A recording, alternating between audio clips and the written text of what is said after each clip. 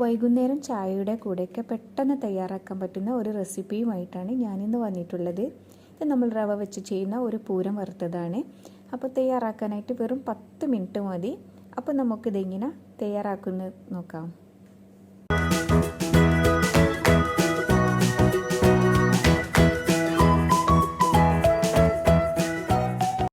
അപ്പോൾ ഒരു fry pan അടുപ്പിൽ വെച്ചിട്ട് അതിലേക്ക് നമുക്ക് 1 കപ്പ് റവ ചേർത്ത് കൊടുക്കാം.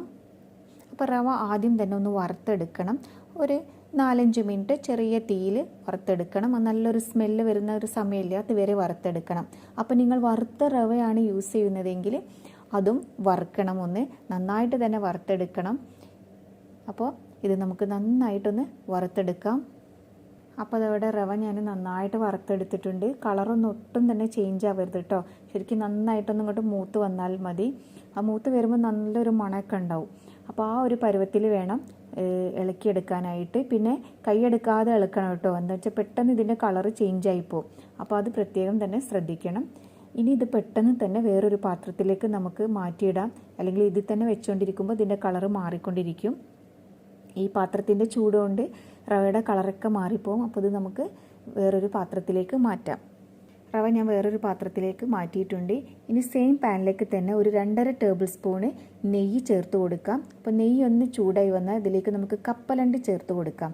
അല്ലെങ്കിൽ കാഷ്യൂനട്ട് ഉണ്ടെങ്കിൽ കാഷ്യൂനട്ട് ചേർത്ത് കൊടുത്താലും മതി. ഇതിലേക്ക് കുറച്ച് കിസ്മിസും കൂടി ഞാൻ ചേർത്ത് കൊടുക്കുന്നുണ്ട് കേട്ടോ.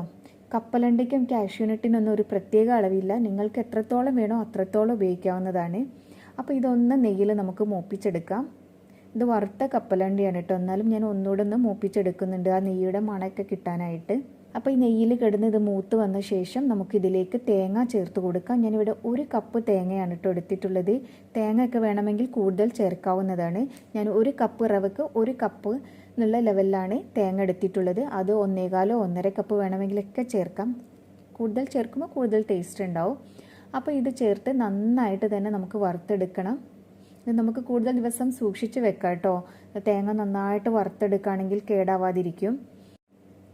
അപ്പോൾ തേങ്ങ നന്നായിട്ട് വറുത്തെടുത്തിട്ടുണ്ട്. ഞാനിവിടെ കളറൊക്കെ ഒന്ന് ചേഞ്ചായി വന്നിട്ടുണ്ട്. അപ്പോൾ ഈ സമയത്ത് നമുക്കിതിലേക്കുള്ള പഞ്ചസാര ചേർത്ത് കൊടുക്കാം. അപ്പോൾ ഞാനിവിടെ ഏകദേശം 1/4 കപ്പിൻ്റെ കൂടുതലും 1/2 കപ്പിൽ കുറവായിട്ടും ചേർത്ത് കൊടുക്കുന്നുണ്ട്. അതായത് നമ്മുടെ മെഷറിംഗ് കപ്പിൽ 1/3 എന്ന് പറഞ്ഞിട്ട് ഒരു കപ്പ് ഉണ്ടല്ലോ, ആ കപ്പ് അളവാണ് ഞാനിവിടെ എടുത്തിട്ടുള്ളത്.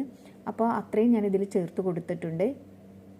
അപ്പോൾ ഈ തേങ്ങയിൽ കിടന്ന് പഞ്ചസാരയൊക്കെ ഒന്ന് നന്നായിട്ടൊന്ന് അലിഞ്ഞു വരണം. അതുവരെ നമുക്കിതൊന്ന് മിക്സ് ചെയ്തെടുക്കാം. പെട്ടെന്ന് തന്നെ 1-2 മിനിറ്റിനുള്ളിൽ തന്നെ പഞ്ചസാര നന്നായിട്ട് അലിഞ്ഞു വരും. കാരണം ഈ തേങ്ങയും ഈ പാനും ഒക്കെ നല്ല ചൂടായിട്ടല്ലേ ഇരിക്കുന്നത്, അതുകൊണ്ട് തന്നെ പഞ്ചസാര പെട്ടെന്ന് മെൽട്ടായിട്ട് വരണം.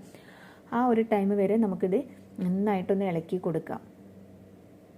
അപ്പോൾ ഇതോടെ പഞ്ചസാരയൊക്കെ നന്നായിട്ട് മെൽട്ടായി വന്നിട്ടുണ്ട്. ഈ സമയത്ത് നമ്മൾ വറുത്ത് വെച്ചിരിക്കുന്ന റവ ഇല്ലേ, അത് ഇതിലേക്ക് ചേർത്ത് കൊടുക്കാം.